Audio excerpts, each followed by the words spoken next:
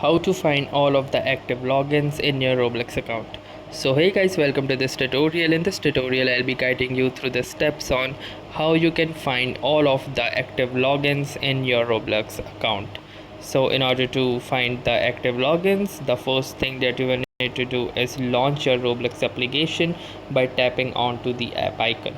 Now once the application successfully launches, you need to tap onto this more option at the bottom right.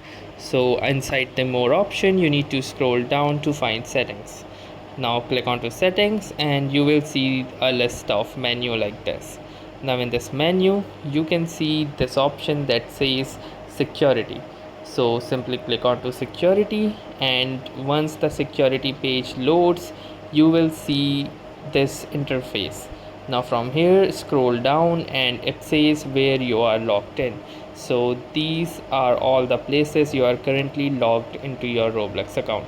So currently I only have this particular session activated, so it is showing me a single option, but in your case if you have multiple sessions activated it will show or list them all out here.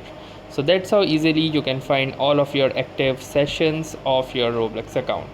So that was all for this tutorial. Thanks for watching and have a nice day.